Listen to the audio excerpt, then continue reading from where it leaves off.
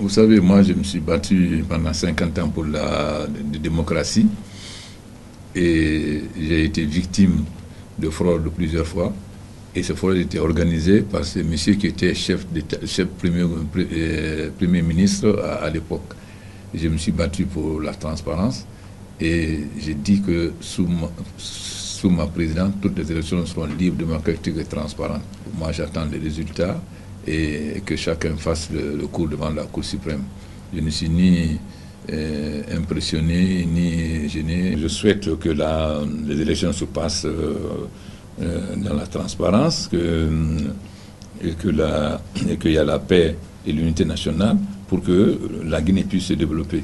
Parce que pour qu'il y ait des investisseurs, il faut qu'il y ait la paix, il faut qu'il y ait la sécurité, il faut qu'il y ait la justice.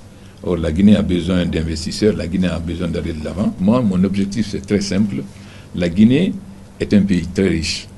On dit que c'est à la fois un scandale géologique, mais c'est en même temps un scandale agricole, un scandale au niveau de l'énergie. Tous les fleuves de l'Afrique de l'Ouest prennent leurs ressources en Guinée. Mon objectif, c'est de faire en sorte que le peuple de Guinée puisse bénéficier de ces richesses et que ça transforme son niveau de vie et que la Guinée devienne rapidement un pays émergent.